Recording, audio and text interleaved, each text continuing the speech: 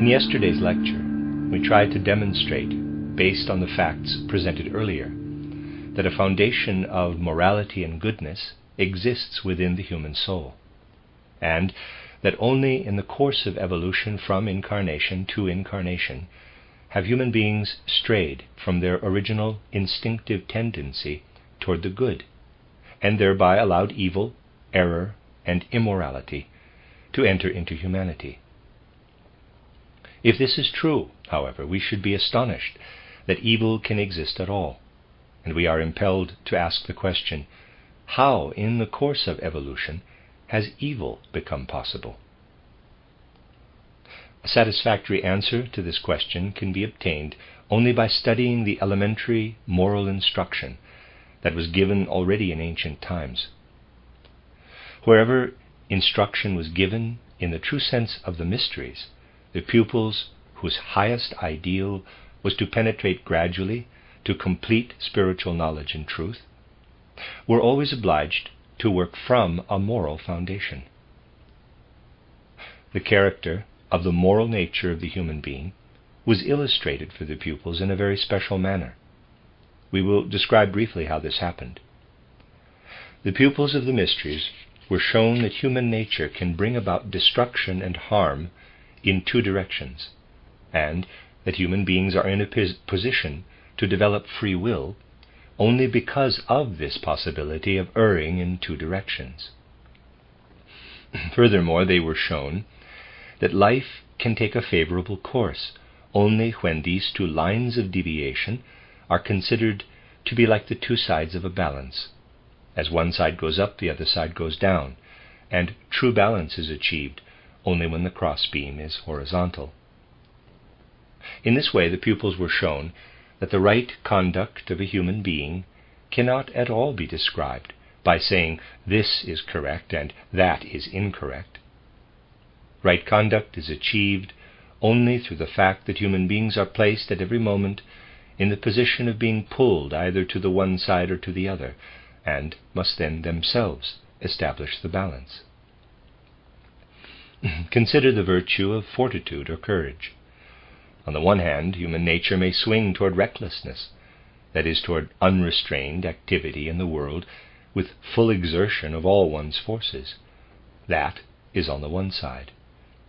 On the other side there is cowardice. The human being can swing, as it were, to either side, and the pupils in the mysteries were shown that if one swings toward recklessness, one loses oneself and becomes crushed by the wheels of life.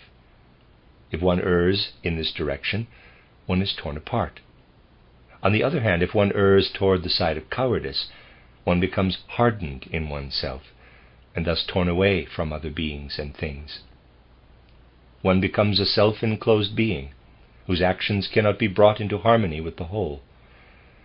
This is demonstrated for the pupils with regard to all human actions.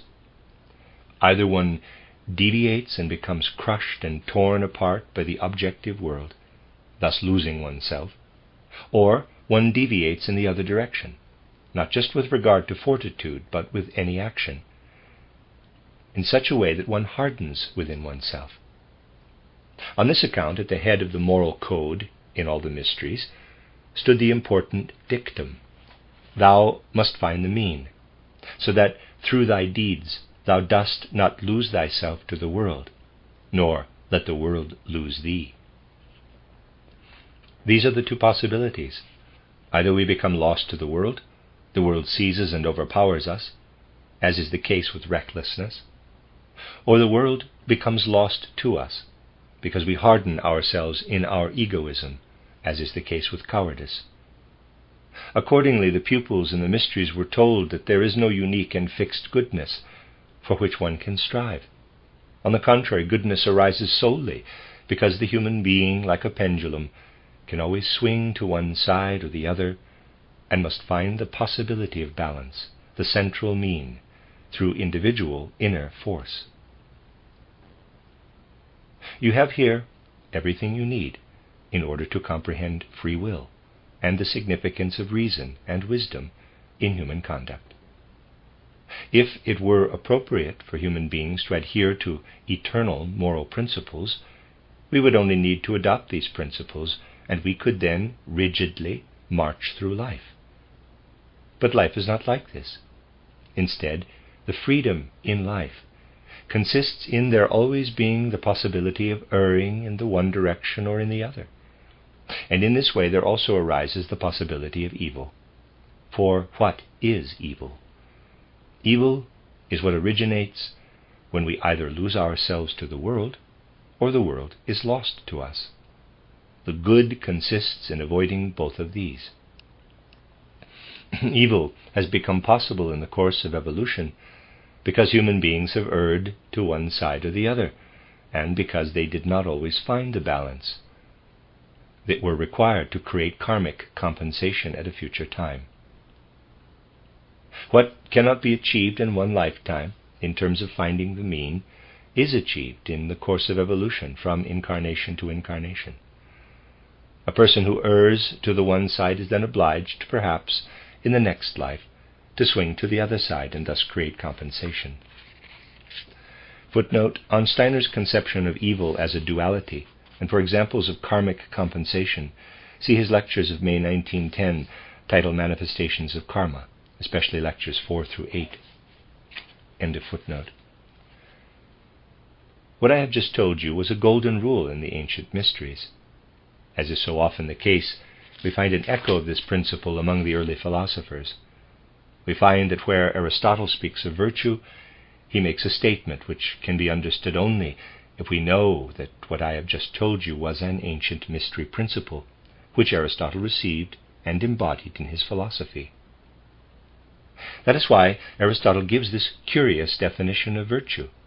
Virtue is human capacity or skill, guided by reason and insight, which, in relation to the human being, holds the mean between the too much and the too little. Here Aristotle gives a definition of virtue such as has not been achieved by any subsequent philosophy. Because Aristotle had the tradition from the mysteries, he could find the precise truth. This, then, is the famous mean, which one must keep to in order to be virtuous, in order for moral power to stream through the world. Footnote: Aristotle 384 to 322 BCE. On his philosophy of the mean, see the title Nicomachean Ethics, especially Part 2, sections 6 through 9, and the Eudemian Ethics, especially Part 2, Part 6 through 5. See also St. Thomas Aquinas, titled Commentary on the Nicomachean Ethics, Volume 1, Lectures 6 through 11, and J.O. Urmson, titled Aristotle's Ethics, Chapter 2, the end of footnote. We can now also answer the question of why morality exists, for what happens when morality is absent? What happens when the too much or the too little holds sway? When either the human being is lost to and crushed by the world, or the world is lost to the human being? In each case, something is always destroyed. Everything evil or immoral is a process of destruction. And the moment we realize that when we do evil we cannot do otherwise than destroy and eliminate something from the world, in that moment we are overwhelmed by the impulse of goodness. The task of the Theosophical movement, which is now only beginning to enter the world, is to show how all evil brings about a destructive process that eliminates something necessary in the world. If we now adhere to the principle that we have just enunciated, then what we know about the nature of the human being from our Theosophical world conception leads us to a specific elaboration of the nature of goodness, as well as of evil. We know that the sentient soul was chiefly developed in the ancient Chaldean epoch, in the third post-Atlantean cultural epoch. People today have little notion of what this epoch of evolution was like, for in external history one can reach back little farther than Egyptian times. We know, too, that the mind-soul, or heart-soul, developed during the fourth epoch, the Greco-Latin epoch, and that now in our epoch we are developing the consciousness soul. The spirit self will be developed in the sixth epoch. Footnote: the stages in the spiritual evolution of humanity mentioned here by Steiner presuppose an understanding of the full spiritual anatomy of the human being. As detailed in Steiner's books titled Theosophy, Chapter 1, and An Outline of Esoteric Science, Chapter 2, the complete human being of spirit, soul, and body consists of 3 times 3 members. In our spirit part, we have a spirit human, a life spirit, and a spirit self that are possible of evolution. In our soul part, we have 3, one called the consciousness soul, one the mind or heart soul, and the sentient soul. And in our body, we have the soul or sentient body, the etheric body or life body, and finally the physical body. In the course of cosmic evolution, through extremely complicated processes, divine spiritual beings created the threefold human body and the germ of the threefold human spirit, and then brought these together to create an inner realm, the threefold human soul. In particular, part of the soul body was transformed into the sentient soul, part of the etheric body into the mind soul, and part of the physical body into the consciousness soul. The last of these steps, which represented the transition from a dreamlike state of consciousness to the first beginnings of individualized self-consciousness, was achieved by the end of the Atlantean Age. During the subsequent epochs of the post-Atlantean Age, human self-consciousness increased as each of the members above the physical body were successively refined as instruments of self-consciousness. This is the temporal sequence Steiner alludes to in the text. In the ancient Indian epoch, we had the transformation of the development of the etheric body. In the ancient Persian epoch, the development of the soul body. In the Chaldaic Egyptian epoch, the development of the sentient soul. In the Greco-Latin epoch, the development of the mind soul. In our 5th present epoch, we are developing the consciousness soul. In the 6th epoch, we will be developing the spirit self. And in the 7th epoch, we will develop the life spirit. In the present 5th epoch, humanity has acquired the possibility of full self-consciousness, freedom of thought. Further evolution now depends on the conscious activity of the individual ego. Through the practice of virtue, the individual can bring about the transformation of the threefold body from within. The soul body becomes transformed into the spirit self, the etheric body into the life spirit, and the physical body into the spirit human. In this way, the eternal spirit of the individual comes to manifestation. The higher ego or higher self comes to birth within the lower ego. See Steiner, titled Cosmic Memory, especially Chapter 17, and his lectures of November 18, 1907, Menschheitsentwicklung und Christuserkenntnis, Lecture 17, February 29, 1908, titled The Influence of Spiritual Beings Upon Man, Lecture 4, and May 26th and 30th, 1908, The Gospel of St. John, Lectures 7 and 11. It should be noted that Steiner often treats the human being as a 4-membered being, consisting of physical body, etheric body, astral body, and ego. This is because the spiritual part of the human being, at the present stage of evolution, has not yet become individualized in most people, and because the soul body and sentient soul form a functional unity, traditionally termed the astral body, while the mind soul and consciousness soul have their unifying center in the ego. The end of footnote. Let us now ask, in what way can the sentient soul stray from the good, either to the one side or to the other? The sentient soul is what enables the human being to experience the world of objects, to come into a relationship with the objects rather than passing them by unknowingly. We find the one way in which the sentient soul can stray when we ask ourselves, what is it that enables us to have a relationship with our surroundings, It is what we may call our interest in things. This word, in quotes, interest, expresses something that in a moral sense is extremely significant. It is much more important to bear in mind the moral significance of interest than to devote oneself to a multitude of moral axioms, which may be beautiful or perhaps also trivial and sanctimonious. Our moral impulses are in fact never guided better than when we take proper interest in objects or beings. Please think about this. Because we spoke in yesterday's lecture of the deeper meaning of love, I will not be misunderstood when I say that even the usual oft-repeated saying of, quote, love, love, and love again, close quote, cannot replace the moral impulse that lies behind the little word interest. Let us suppose we have a child before us. What is the precondition for our devoting ourselves to this child? What is the precondition for our being able to help this child?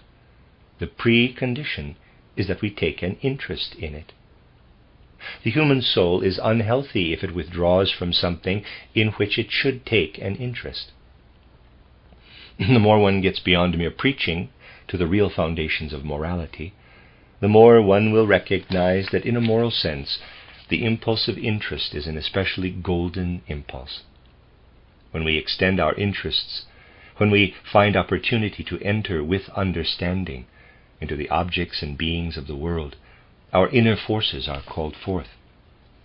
If we take an interest in a person, our compassion is called forth in an appropriate manner. If we, as theosophists, set ourselves the task of increasingly extending our interests, of increasingly widening our horizons, this will promote the universal brotherhood of humanity. Footnote: the first principle of the Theosophical Society is, quote, to form a nucleus of the universal brotherhood of humanity without distinction of race, creed, sex, caste, or color. The end of footnote. Progress is not made by the mere preaching of universal love, but by the extension of our interest further and further, so that we increasingly come to be interested in and to understand people with widely different temperaments and personalities, with widely different racial and national characteristics, with widely different religious and philosophical views. Right understanding, right interest, calls forth from the soul the right moral conduct. Here, too, we must hold the balance between two extremes. One extreme is apathy, which is the cause of tremendous moral catastrophes in the world. Apathetic persons are indifferent to the world. They live only in themselves and stubbornly insist on their own viewpoint. In a moral sense, this insistence on a viewpoint is never something good. What is important is that we be open to all that is around us. Apathy removes us from the world, whereas interest places us within it. Through our apathy, the world loses us, and we become immoral. Apathy and lack of interest in the world are to the highest degree immoral. Theosophy, however, is something that stimulates the mind and helps us to comprehend and absorb the spiritual. Just as warmth comes forth when we light a fire in a stove, so interest in human beings and all other beings arises when we assimilate theosophical truths. Wisdom is the fuel for interest. Although it may not immediately be obvious, we can say that when we study those more remote theosophical teachings about Saturn, Sun, and Moon, or about karma and so forth, that these arouse in us this interest in the world.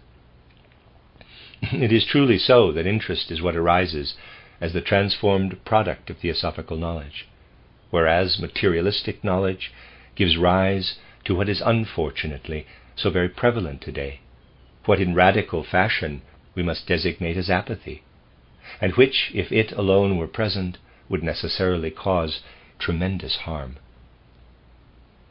Just notice the way many people go through the world, how they may meet other people, but do not really get to know them because they are shut up in themselves. How often do we find that two people have been friends for a long time and then suddenly come to a breach? This is because their friendship was based on a materialistic foundation. And for a long time they had not noticed that they had mutually unsympathetic character traits. Very few people today have a clear sense for what speaks from one human being to another human being. But this is just what theosophy should bring about. It should broaden us so that we acquire a clear sense and an open soul for everything human around us, so that we do not pass through the world apathetically, but with proper interest. We also avoid the other extreme here, inasmuch as we distinguish between genuine interest and false interest, and thereby keep to the mean. Throwing ourselves immediately into the arms of everything we meet is not genuine interest, but wanton loss of self. If we do this, we lose ourselves to the world. Through apathy, the world loses us. Through blind passion, we surrender ourselves to the world. Through healthy interest, we keep firmly to the mean, to the state of balance. In the third post-Atlantean epoch of civilization, the Chaldaic Egyptian epoch, the majority of humanity on Earth still had the power to hold the balance between apathy and passionate, beclouded surrender to the world. This is what in ancient times, and even still with Plato and Aristotle, was called wisdom. The people regarded this, however, as the gift of superhuman beings, where in those times the ancient impulses of wisdom were still active. Consequently, from the point of view of moral impulses, the third post-Atlantean epoch may be called the epoch of instinctive wisdom. We may thus also experience the truth of what was said last year in my Copenhagen lectures, which are now available in the booklet titled The Spiritual Guidance of the Individual and Humanity, and these are on the web, I might add, as an aside, and there is a footnote. That's good. No, there's no footnote. There it was described, though for quite different reasons, how in the third post-Atlantean epoch humanity still stood closer to the divine spiritual powers, and what allowed this closer connection was the instinctive wisdom. Thus, in those times, the power to find the mean between apathy and passionate surrender was a divine endowment. The mean, or balance, was still maintained through external traditions and customs. The complete intermingling of peoples that began with the great migrations in the fourth post-Atlantean epoch had not yet begun. Humanity was still divided into tribes and clans. In these, the interests were naturally and wisely regulated. The interests were active enough for the right moral impulses to appear, while the existence of consanguinity within the tribes held the passions in check. Even in our time, you will admit that interest develops most easily where blood relationship or genealogy is involved. There, too, what one calls blind passion is also not present. Because during the Chaldaic Egyptian epoch, people lived in limited territories, the wisdom-filled mean was easily maintained. The meaning of human evolution, however, is that what was originally instinctive and divine should gradually disappear, that human beings should gradually become independent of the divine spiritual powers. Hence we see already in the fourth post-Atlantean epoch, the Greco-Latin epoch, that not only the philosophers Plato and Aristotle, but also Greek public opinion, regarded wisdom as something to be acquired. It was no longer a divine legacy, but had to be striven for. The first virtue for Plato is wisdom, and according to him, anyone who does not strive for wisdom is immoral. We are now in the fifth post-Atlantean epoch. We are still far from the time when the wisdom instinctively implanted in humanity as a divine impulse will be fully raised into consciousness. Hence, in our time, it is especially possible for people to stray in both of the directions we have indicated. This is why it is especially necessary to counteract these great dangers by means of a spiritual worldview, so that what humanity once had as instinctive wisdom can now become conscious wisdom. This is the purpose of the Theosophical movement. The unconscious human soul once received wisdom from the gods as something instinctive. But now the truths about the cosmos and about human evolution have to be acquired consciously. The customs and social mores in ancient times conformed to the thoughts of the gods. And we regard Theosophy rightly if we regard it as the investigation of those divine thoughts. In the past they came instinctively. Today we have to study them and raise them to consciousness. In this sense, we have to regard Theosophy as something divine.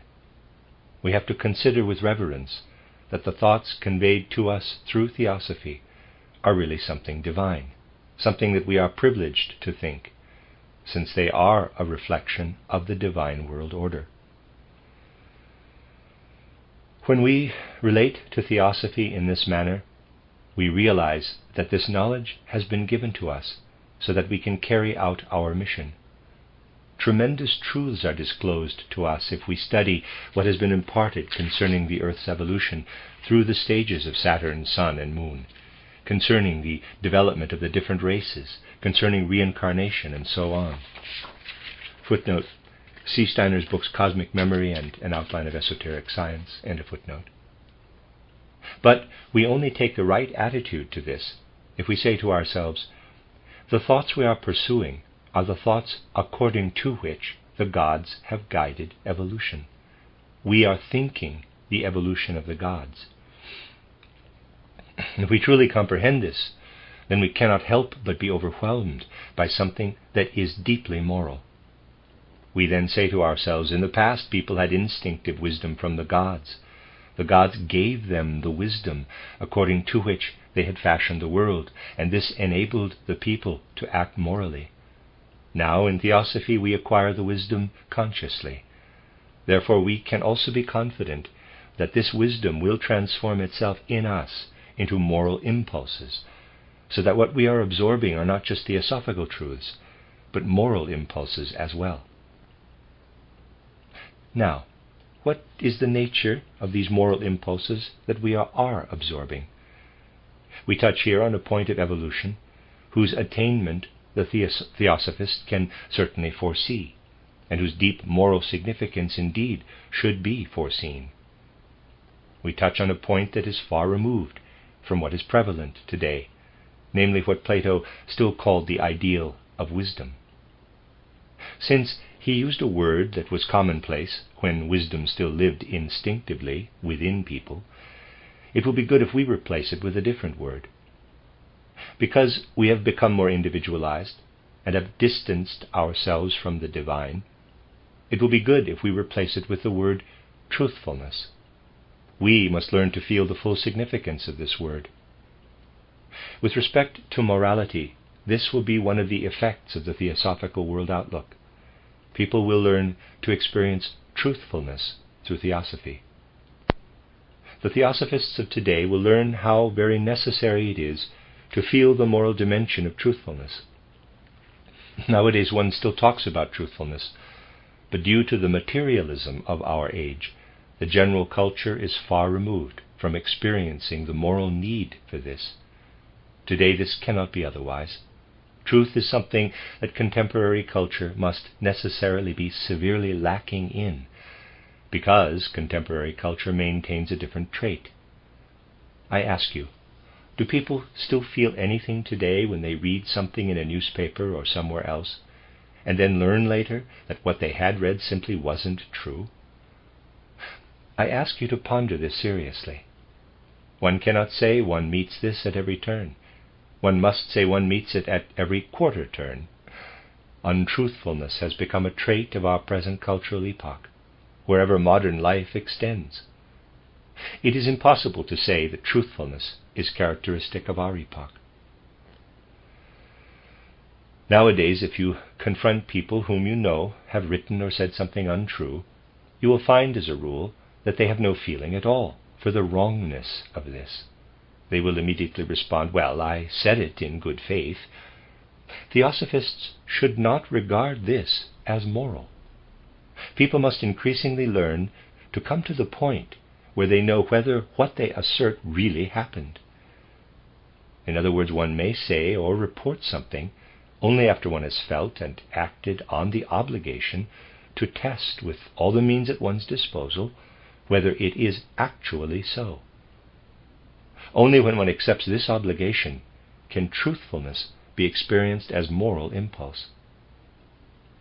Then people will no longer say, after having placed something incorrect in the world, "That's the way I thought it was. I said it in good faith." They will learn that one is obliged not merely to say what one believes is correct, but to say only what one knows to be true and correct. In this respect, a radical change must gradually enter into our culture. The rapid pace of life, the craving for sensations, everything that is a consequence of a materialistic age, all these are opponents of truthfulness. In the area of morality, Theosophy will be an educator of humanity to the duty of truthfulness. It is not my task today to discuss to what degree truthfulness has already been realized within the Theosophical Society, but I will say that what has been expressed today must in principle be a high theosophical ideal. The moral development within the theosophical movement will have enough to do if the moral ideal of truthfulness is felt and thought through in all directions. This moral ideal of truthfulness will be what produces virtue, soul in the right manner. Footnote: earlier in this lecture, Steiner describes apathy and blind passion as the extremes of interest, but also stated that interest was a precondition for any sort of moral action. On the extremes between which truthfulness is the virtuous mean, compare his characterization of truth as the mean between error and fanaticism, one-sided truth. From October 29, 1910, in lecture Der menschliche Charakter. End of footnote. The second part of the soul that we have to speak of in Theosophy is what we usually call the mind soul or heart soul, Verstandes oder Gemütsseele. We know that this came into its own, particularly during the fourth post-Atlantean cultural epoch, the Greco-Latin epoch. We have already described the virtue that is particularly decisive for this part of the soul. It is courage, fortitude, bravery. Its extremes are recklessness and cowardice. Bravery, courage, or fortitude is the mean between recklessness and cowardice. The German word Gemüt expresses already in its sound that it is related to the part of the soul that is full of courage, mutvoll, the part that is full of strength and force. This was also the second or middle virtue for Plato and Aristotle. In the fourth post-Atlantean epoch, this virtue was still present in people as a divine legacy, whereas wisdom, as something instinctive, was still present only through the third post-Atlantean epoch. As you will have gathered from the first lecture, instinctive fortitude and courage existed as a divine legacy among the people who met the northward expansion of Christianity during the fourth cultural epoch. Just as wisdom filled insight into the secrets of the starry worlds was present among the Chaldeans as a divine endowment or inspiration, so were fortitude and courage present among the Greeks and Romans, and also among the peoples who later took up the spread of Christianity. Instinctive courage was lost later than instinctive wisdom. If now in the fifth post-Atlantean epoch we look around us, we see that we are in the same position in regard to fortitude and courage as the Greeks were to the Chaldeans and Egyptians in regard to wisdom. We look back at something that was a divine endowment in the epoch immediately preceding ours, and that in a certain way we must strive for again. But the two previous lectures have shown us that in connection with this effort a certain transformation must take place. We saw the divine endowment, which had a more external character, as fortitude and courage, become transformed in Francis of Assisi. We saw this transformation as the result of an inner moral force, which we recognized yesterday as the force of the Christ impulse. Genuine love is brought about by the transformation of courage and fortitude. This genuine love, however, must be guided by the other virtue, by genuine interest in the being toward whom we direct our love. Entitled Timon of Athens, Shakespeare shows how even love and kind-heartedness can cause harm if manifested too passionately, if they appear merely as a part of human nature, without being guided by wisdom or truthfulness.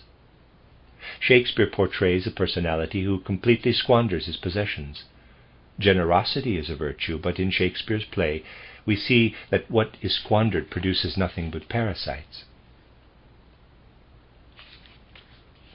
Thus we must say, just as the ancient fortitude and courage were guided by the European Brahmins in the mystery centers, by the wise leaders who kept themselves hidden in the background, so also in human nature must the virtue of love be harmoniously guided by interest, the interest that brings us into relation with the outer world in the right way, must lead and guide us when we turn our love to the outer world. This may also be seen in the characteristic but radical example of Francis of Assisi. The compassion and pity that Francis of Assisi had was not the sort that easily becomes obtrusive or offensive. People who smother other people with their compassion are not always actuated by the best moral impulses, and many people will not accept anything given out of pity. To approach someone with understanding, however, is not offensive. Under certain circumstances, pity is something that must be rejected, but no healthy person can reject being approached with understanding. Thus, if a person's actions are in accord with this understanding, these actions cannot be faulted either. It is this understanding that can guide us with respect to the second virtue, the virtue of compassion and love. Through the Christ impulse, this has become the virtue of the mind-soul or heart-soul. This virtue can be characterized as human love that is accompanied by human understanding. Compassion is the virtue that will produce in future the most beautiful and glorious fruits in human communities. For in a certain way this compassion and love will arise quite naturally as a feeling in those who truly grasp the Christ impulse. And it is exactly through the theosophical comprehension of the Christ impulse that this will become a natural feeling. Christ has descended into earthly evolution through the mystery of Golgotha. His impulses, his activities are here, are everywhere. Why did he descend to this earth? He descended in order that through what he can give the world, evolution may go forward in the right way and fulfill itself. If we now destroy something as a result of immorality, as a result of passing by our fellow human beings without interest, then we take something away from the world into which the Christ impulse has entered. Hence we directly destroy a part of the Christ impulse, now that it is here. But if we give to the world what can be given through creative virtue, then we augment the world. We augment it simply through our giving. Not for nothing has it often been said that although Christ was first crucified on Golgotha, he continues to be crucified again and again through human deeds. Because Christ has entered into earthly evolution through the deed on Golgotha, everything immoral that we do, every instance of lovelessness and apathy, contributes to the suffering and pain inflicted on him. For this reason it has repeatedly been said Christ is continually crucified as long as immorality, lovelessness, and apathy exist. Since the Christ impulse has permeated the world, it is this that bears the suffering. Just as it is true that through destructive evil we withdraw something from the Christ impulse, and, as it were, continue the crucifixion on Golgotha, so too is it true that where we perform deeds of love, we help to bring the Christ impulse to life. Quote, "Verily I say unto you, inasmuch as ye have done it unto one of the least of these, my brethren, ye have done it unto me." Close quote. This is the most momentous testimony of love. And this testimony must become the most profound moral impulse, once it is theosophically understood. We do this when we approach our fellow human beings with understanding and offer them something in our deeds or our attitude that comes from an understanding of their being. Our attitude toward our fellow human beings is our attitude toward the Christ impulse itself. It is a powerful moral impulse, a real foundation for morality, to feel, quote, "The mystery of Golgotha was enacted for all human beings, and from there an impulse has spread into the whole world. If you encounter other people, try to understand them in all their differences, whether it be of race, color, nationality, religious belief, or worldview. When you meet them and do this or that to them, you do it to the Christ. In the present stage of earthly evolution, what you do to your fellow human beings, you do also to the Christ." Close quote. This statement, quote, "I say unto you, inasmuch as ye have done it to one of these my brethren, ye have done it unto me," close quote, will become a potent moral impulse for those who understand the fundamental meaning of the mystery of Golgotha. Thus we can say, as the gods of pre-Christian times gave humanity instinctive wisdom, instinctive courage and fortitude, so does love stream down from the symbol of the cross, love that is built upon the mutual interest between one human being and another. Through this, the Christ impulse will work in a mighty way in the world. When the day comes that the Brahmin understands and loves not only the Brahmin, the pariah, the Jew, the Christian, but when the Jew understands and has compassion for the Christian as a human being, and the pariah for the Brahmin, the American for the Asian, then one will know how deeply Christian it is to say, there must be brotherliness among human beings, without regard to outer confession. We should give little heed to what otherwise unites us. We should care less for father, mother, brother, sister, even our own life, than for what speaks from one human soul to another. Quote, "They who in this sense do not give little heed to the differentiation, to what hinders the Christ impulse that equalizes the differences among human beings, they cannot be my disciples." Close quote. That is the impulse of love that radiates from the mystery of Golgotha, which in this regard we experience as a renewal of what was once given to humanity as original virtue. Now we still have to consider what may be called the virtue of the consciousness soul, temperance or self-discipline. In the fourth post-Atlantean cultural epoch, these virtues were still instinctive. Plato and Aristotle spoke of them as the chief virtues of the consciousness soul, inasmuch as they considered them to be the mean of what exists in the consciousness soul.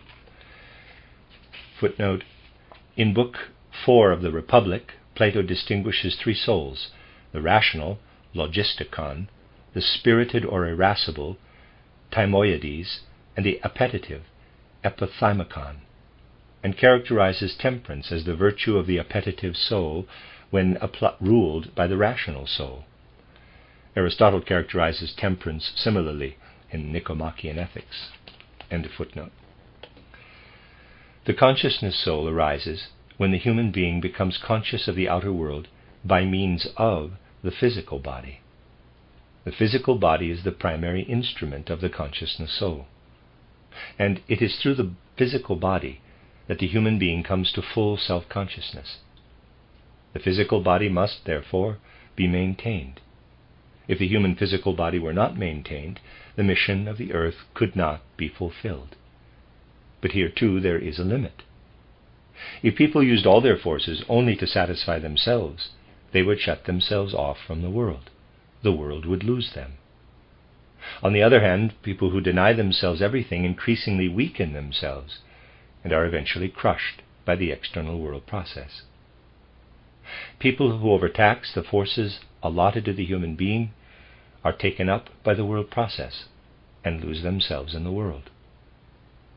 The body that has evolved to serve the consciousness soul can be crushed by the world, or the human being can come to lose contact with the world. Temperance is the virtue that enables the human being to avoid both of these extremes.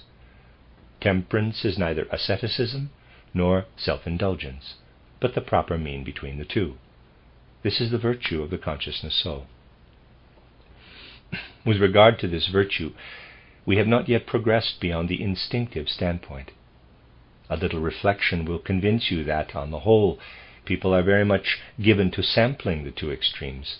They tend to swing back and forth between them.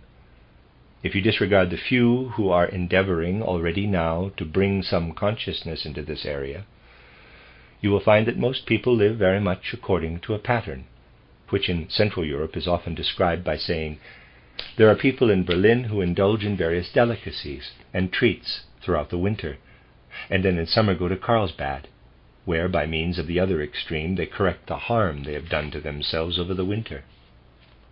You see, the balance tips first to the one side and then to the other.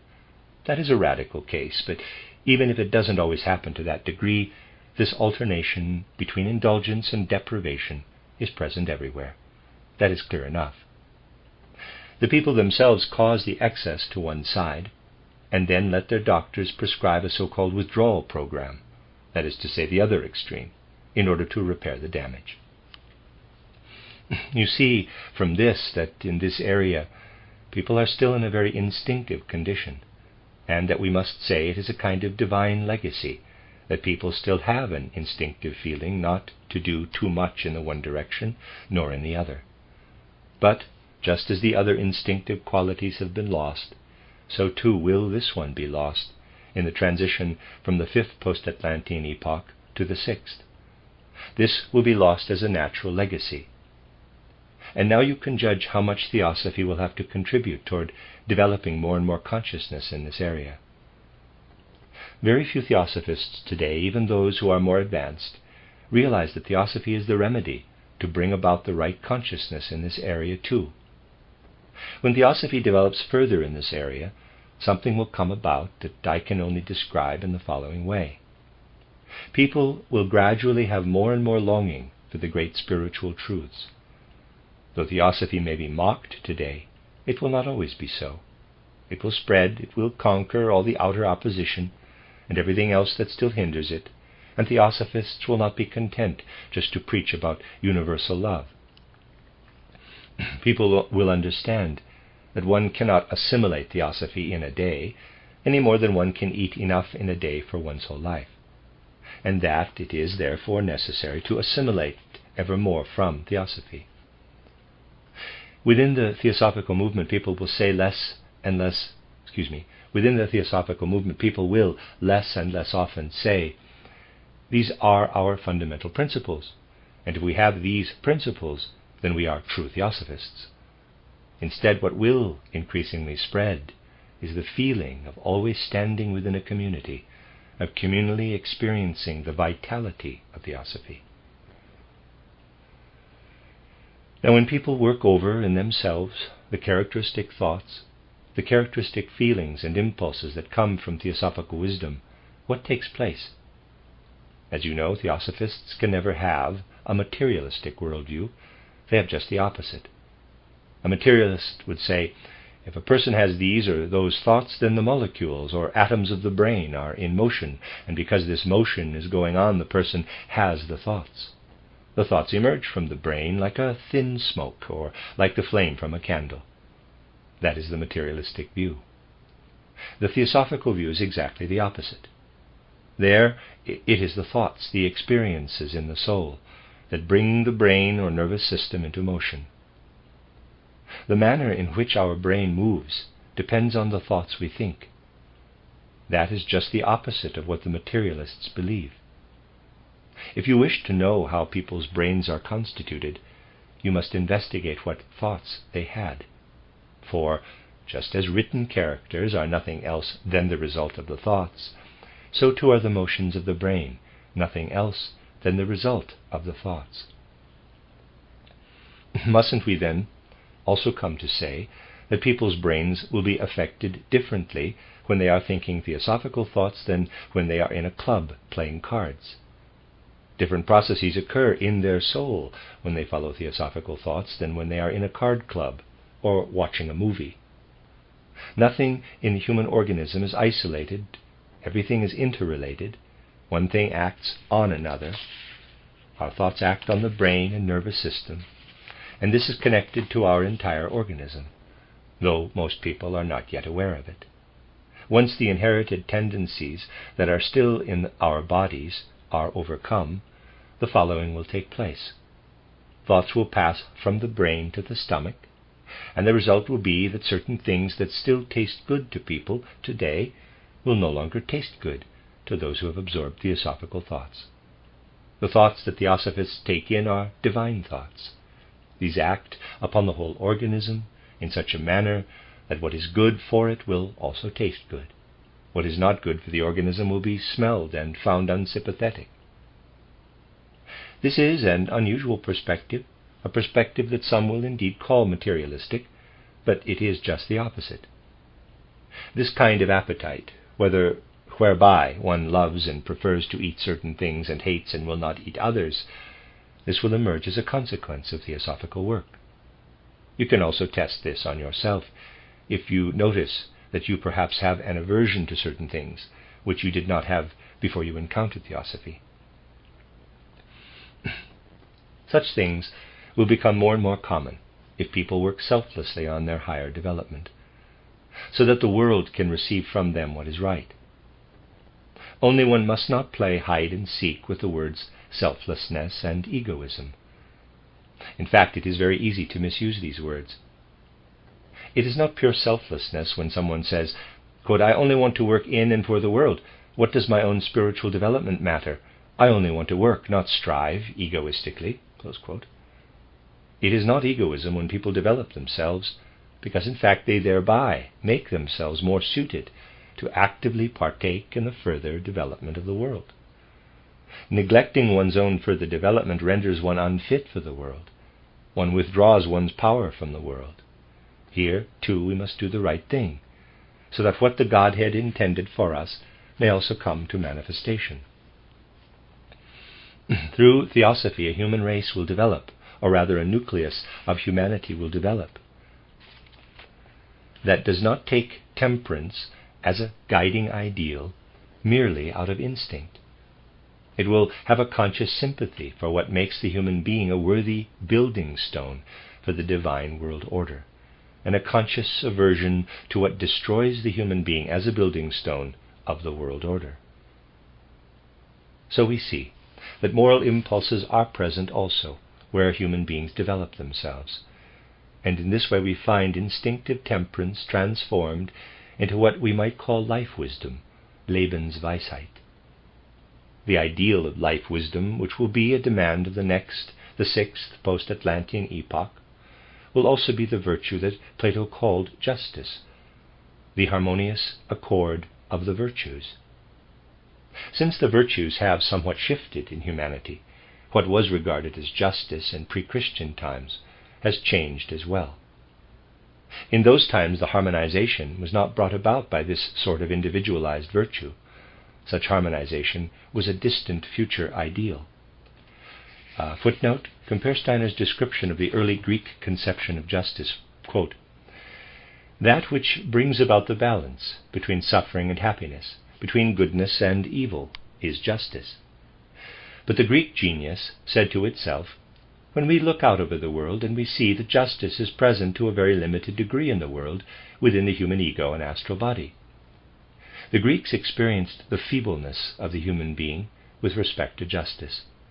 Out in nature, however, they saw the ceaseless flux, the rising and the setting of the sun, the flourishing and fading of the plant world, and experienced in this a far deeper justice than can be realized by the feeble human being. They looked upward and said to themselves, behind what we can see there must exist hidden forces and powers which regulate everything. Although they are hidden, they must be there. The Greek genius recognized these and called them the Titans, because they were not like the feeble human beings, and Themis, the goddess of justice, is one of the female Titans.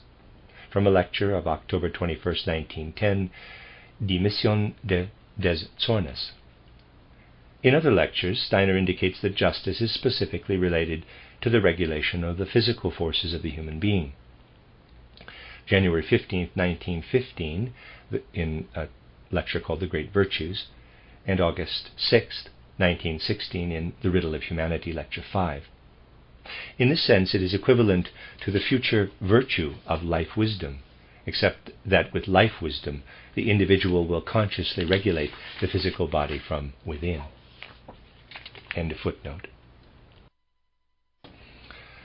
We have seen that courage transformed itself into the moral impulse of love. We have also seen that wisdom became truthfulness, the virtue that can place the human being worthily and properly into everyday life. But if we want to come to truthfulness with regard to the spiritual world, how can we do this? We come to outer truthfulness, to what glows in our sentient soul as virtue, through right understanding, through right interest. What then is interest with regard to the spiritual world? If we want to meet the physical world, or to start with a human being, then we must open ourselves to the nature of this being. But how do we open ourselves with regard to the spiritual world? We can do this if we develop a very particular kind of feeling, a feeling that also developed in history when the old instinctive wisdom had sunk into the depths of the soul. It is a feeling that we often find the Greeks describing with the dictum, "All philosophy begins with wonder, with astonishment." When wonder and astonishment are placed at the beginning of our relationship to the supersensible world, this is also the expression of something essentially moral. The great phenomena of the world do not at first call forth much wonder from uncultivated persons. It is exactly through spiritual development that people come to discover the riddles in everyday phenomena, to get a hint of the spirituality behind them. It is wonder that leads our souls upward into the spiritual realms, so that we can come to know them. And we can only come to know them if our souls are attracted by the entities to be known. This attraction is what is brought about by wonder and astonishment, and also by faith. It is also wonder and astonishment that guide us to the supersensible.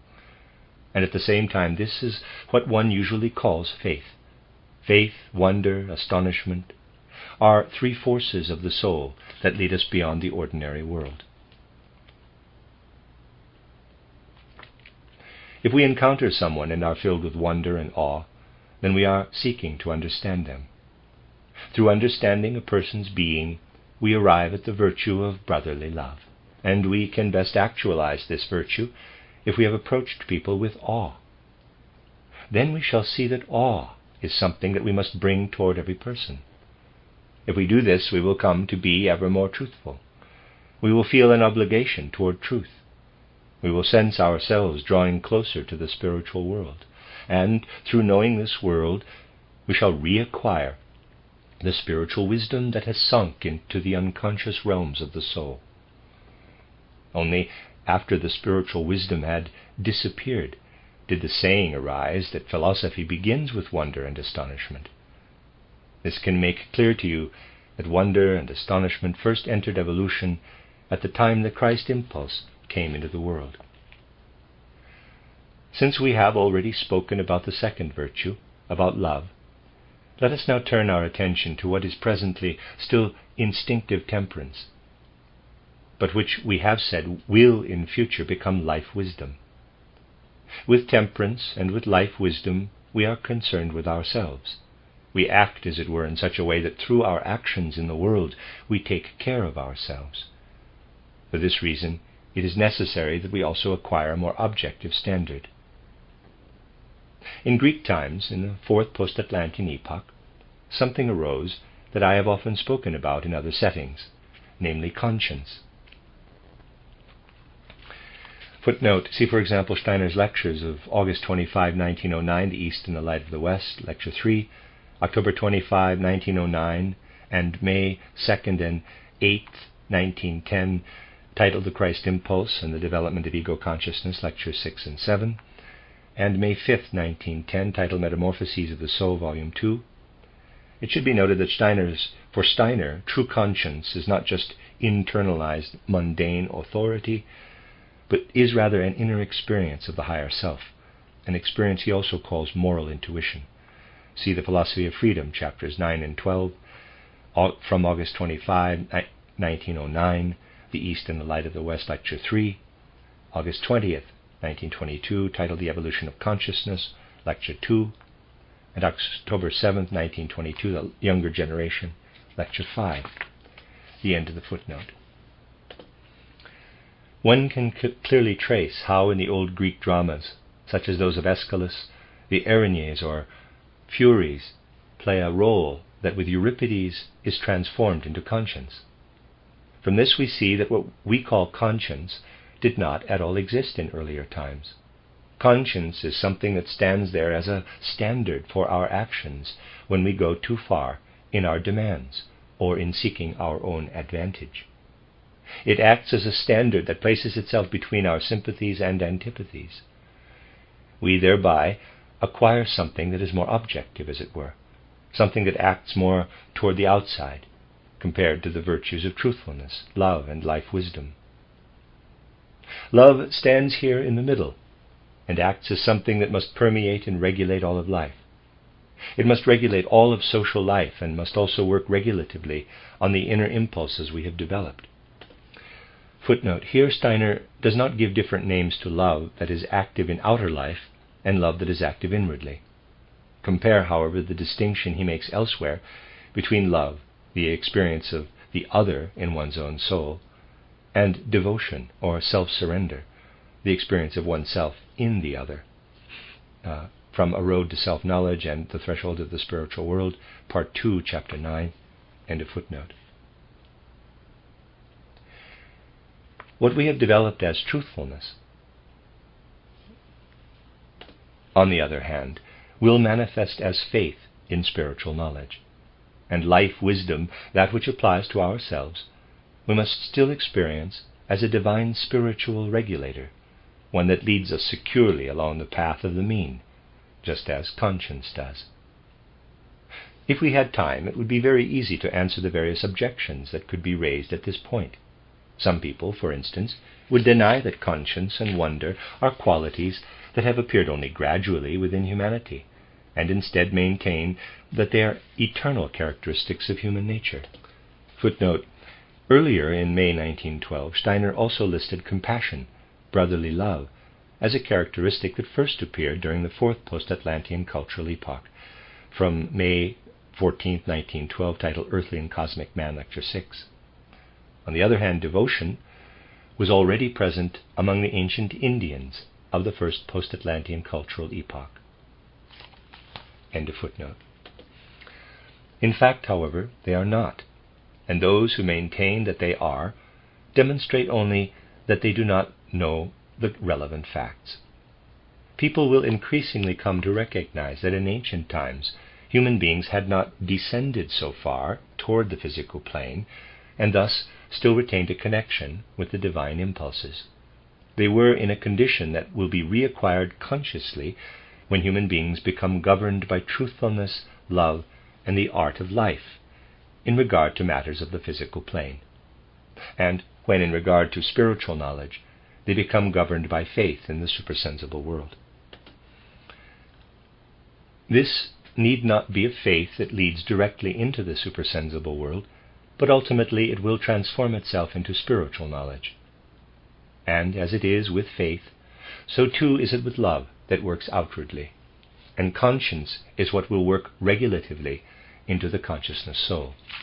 Footnote: Steiner alludes here to a subject that he spoke of frequently between 1910 and 1912, quote, "That which has hitherto had a justified place in the world as faith will be replaced by what may be called the vision of Christ." October 8, 1911, from Jesus to Christ, Lecture 4, close quote. Quote again: "Consciousness will build further on the foundation of the forms that compassion and conscience have thus far taken, going on to develop the spiritual vision that was previously attainable only in abnormal states of consciousness." To say this is not to make a prophecy, but to state a fact determined by strictly scientific means. From title Christ in the 20th Century, May 6, 1912, end of footnote. Footnote continues, end of quote. Quote again: "Paralleling the appearance of the event at Damascus a great many people will experience something like the following in the course of the 20th century. As soon as they have acted in some way, they will learn to contemplate their deed. They will become more thoughtful and will have an inner picture of the deed. At first they will not understand it, but those who have studied spiritual science will know that it is not a dream, but a picture showing the karmic fulfillment of the act. They will know that one day what is pictured will take place as the fulfillment, the karmic balancing of what was done. What will make it possible for men to see the karmic pictures? It will come as a result of the soul having stood for some time in the light of conscience. From the Christ Impulse, Lecture 7, May 8, 1910. End of quote.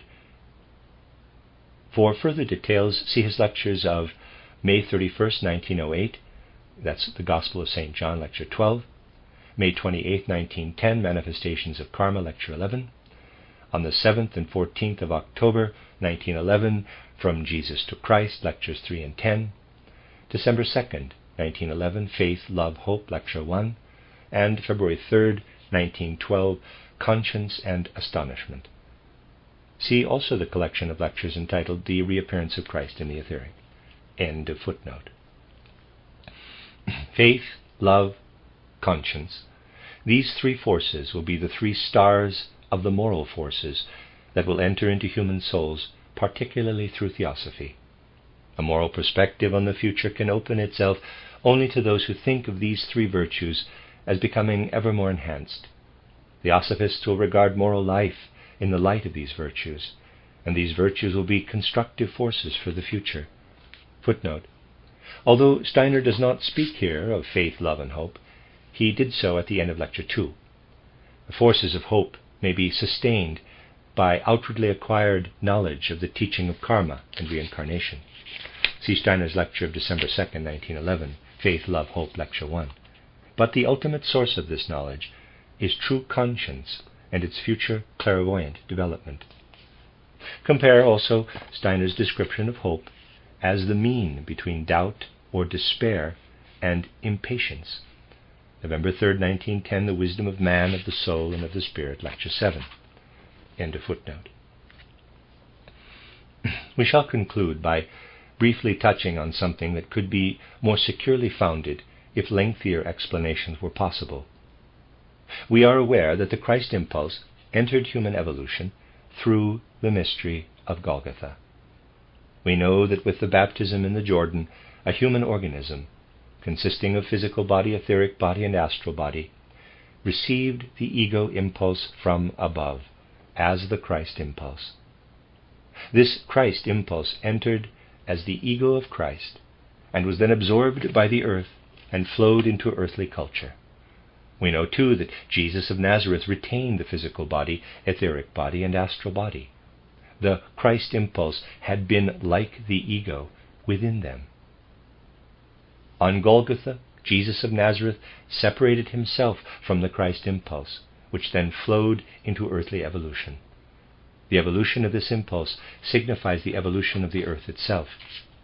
Footnote, compare Steiner, quote, After the baptism by John in the Jordan River, when the ego of Jesus of Nazareth left the three bodies, the human organism that stood there contained in full consciousness that higher self of humanity, which otherwise works with cosmic wisdom on a child without its knowledge during its first 3 years. From the Spiritual Guidance of the Individual and Humanity, Chapter 1. Close quote. Next quote, same footnote. In respect of the earthly life of Christ, the baptism was something like conception in the case of a human being. And we understand the life of Christ from then onward until the mystery of Golgotha when we compare it with the life of the human embryo within the body of the mother. From the baptism by John until the mystery of Golgotha, therefore, the Christ being passes through a kind of embryonic existence. The mystery of Golgotha itself is to be understood as the earthly birth. That is to say, the death of Jesus is to be understood as the earthly birth of the Christ. October 3rd, 1913, in the lectures, the Fifth Gospel, Lecture 3. On the subsequent resurrection of Jesus and his continued union with the Christ, see Steiner's lectures of July 7th, 1909, the Gospel of St. John and its relation to the other Gospels, Lecture 1, and January 1st, 1913, the Bhagavad Gita and the Epistles of Paul, Lecture 5. End of footnote. Please treat with all seriousness the things that I mention repeatedly, so that they may be better understood. We have often heard that the world is Maya or illusion, but gradually we must advance to the truth, to the reality of this outer world. The evolution of the earth is basically a process in which, in the second half, the half we are in, everything that formed itself in the first half now dissolves itself, so that everything physical we see around us will fall away from human evolution, just as the human physical body falls away at death. What then still remains, one might ask? What remains are the forces, the real forces, that were incorporated into human beings through the process of earthly evolution. And the most real impulse in this process is what flowed into earthly evolution through the Christ impulse. Initially, however, this Christ impulse cannot find anything on earth with which to clothe itself. In the further course of earth evolution, therefore, it must receive such clothing. When the earth has reached its culmination, then as Adam was the first human being, so will the fully developed Christ be the last human being, around whom humanity in its manifoldness will have grouped itself. Footnote. Regarding the unclothed Christ impulse, compare Steiner's interpretation of the passage in St. Mark's Gospel, where Jesus is taken captive in the Garden of Gethsemane. Quote, "Among those following was a young man, with nothing on but a linen cloth. They tried to seize him, but he slipped out of the linen cloth and ran away naked." Steiner, close quote, Steiner indicates that this youth represents the youthful cosmic Christ impulse, the seed of a new world order, who slips away and then reappears after the resurrection as the youth at the sepulchre. Mark 16, 1-6. See Steiner, September 23, 1912, The Gospel of Mark, Lecture 9, and April 10, 1917, Building Stones for an Understanding of the Mystery of Golgotha, Lecture 3. End of footnote. The words, quote, "I say unto you, inasmuch as ye have done it unto one of these my brethren, ye have done it unto me," contain a significant clue for us. What is it that has been done for the Christ? Deeds that are done out of the Christ impulse, or under the influence of conscience, or under the influence of faith that is in accord with knowledge, these separate themselves out from earthly life. And inasmuch as through moral deeds and attitudes one gives something to one's brothers, one also gives to the Christ. I will express it as a sort of formula. Everything in the way of forces that we create through deeds of faith and trust, through deeds done out of wonder and astonishment, is something that is given over to the Christ ego, and that envelops the Christ like a sheath comparable to our astral body. We build the astral body of the Christ ego impulse through all moral deeds done out of wonder, trust, awe, faith. In short, through everything that paves the way to supersensible knowledge. Through all these deeds, we also foster love. This is entirely in accord with the words, quote, "I say unto you, inasmuch as ye have done it unto one of these, my brethren, ye have done it unto me," close quote.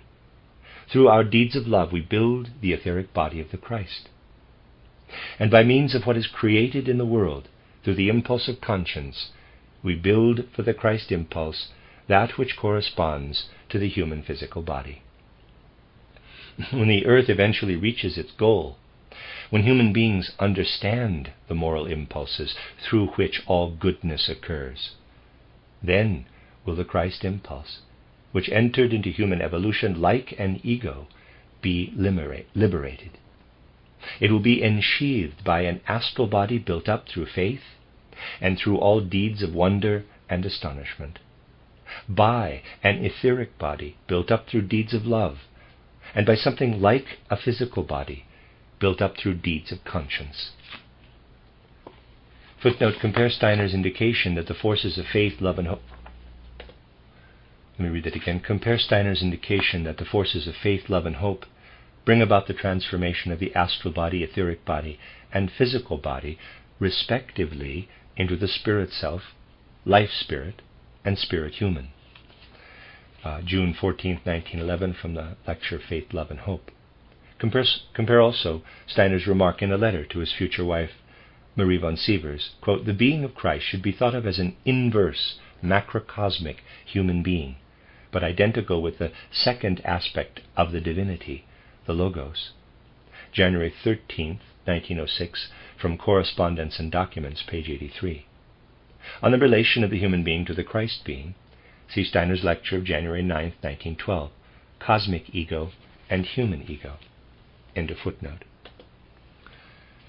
The future evolution of humanity will take place through the cooperation of human moral impulses with the Christ impulse. Looking toward the future, we see humanity as a great organic structure. As human beings are able to integrate their actions into this organism, and through their actions create its sheaths, humanity will have prepared, in the course of Earth evolution, the foundation for a mighty community which can be thoroughly permeated by the Christ impulse. In this way we see that morality does not need to be preached, but can indeed be founded if one shows what really happens, and what really has happened, and what makes these things true as sensitive people feel them to be. It is always particularly touching to see how Goethe, after having lost his friend Duke Karl August, wrote a lengthy letter in which he described all manner of things, and how he then, this was in 1828, just 3.5 years before his own death, put down a wonderfully curious sentence, quote, "The world of reason should be regarded as a great immortal individual, which continually produces what is necessary, and thereby elevates itself to become master even of the accidental." Close quote. How else could we make such a thought more concrete than by imagining this individual actively and creatively among us, and by thinking of ourselves as actively and creatively united with it? Through the mystery of Golgotha, the greatest individual entered into human evolution, and by consciously conducting their lives as has been described, human beings will array themselves around the Christ impulse, so that a kind of covering will be formed around this central being. There is indeed much more that we could say about virtue from the perspective of theosophy. We could, for instance, make an extensive and important study of truthfulness and its connection with karma. Through theosophy, the idea of karma will increasingly have to enter into human evolution. People will increasingly have to learn to regard and conduct their lives in such a way that their virtues correspond with their karma. People will have to learn, through the idea of karma, that they may not repudiate their earlier deeds with their later deeds. A certain consequentiality in life, a readiness to take on the consequences of what one has done, will have to emerge in human evolution. When one looks more closely, one sees how far removed from this people still are.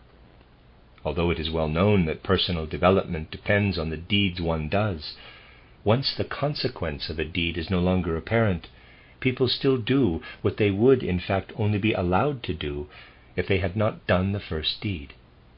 A great feeling of responsibility for one's actions, a greater awareness of karma, that is what a study of this sort might yield. Nevertheless, you will still be able to discover much for yourselves in the guidelines given in these 3 lectures. You will find, for example, how fruitful these ideas can be when you develop them further.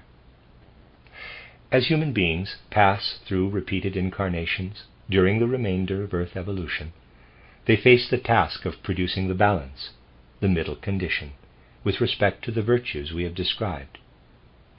They face the task of rectifying through their own free will everything that they have neglected in the one direction or in the other, so that gradually the goal may be reached of clothing the Christ impulse. Thus, we see before us not merely the abstract ideal of universal human brotherhood, which indeed may also receive a strong impulse if it is founded on theosophy, but we see that there is something real within our Earth evolution, an impulse that came into the world through the mystery of Golgotha. And we see too that we must work on the sentient soul, the mind soul, and the consciousness soul in order for this ideal being to become real, and in order for us to become united with this being as with a great immortal individual. The thought that the only possibility for further evolution, for achieving the Earth's mission, exists in forming a whole with this great individual, this leads to the following moral axiom. What you do as though it concerned only yourself, this separates you from this great individual, and you thereby destroy something.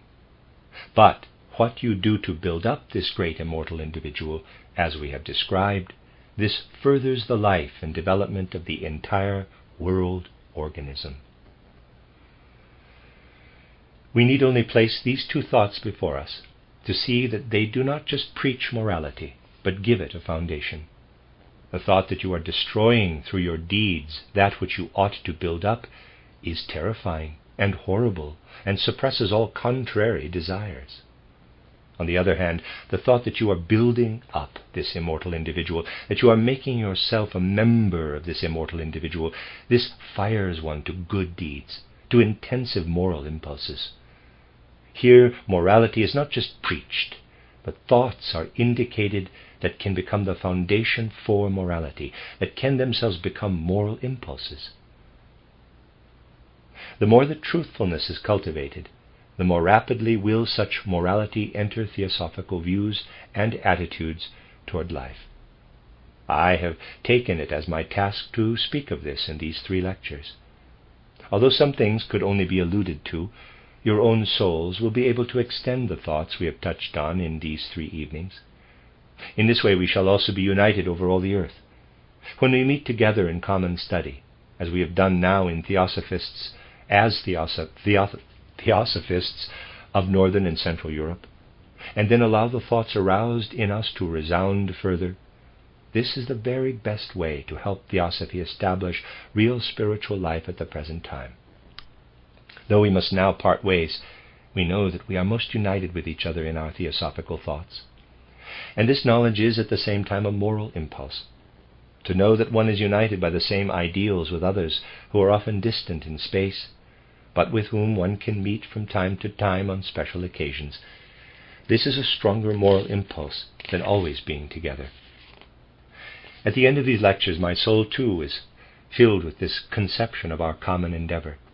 And if this is understood in the right light, I am convinced that theosophical life that unfolds in this way will also become spiritually grounded. With these thoughts and these feelings, I wish to express my farewell and bring our studies to a close.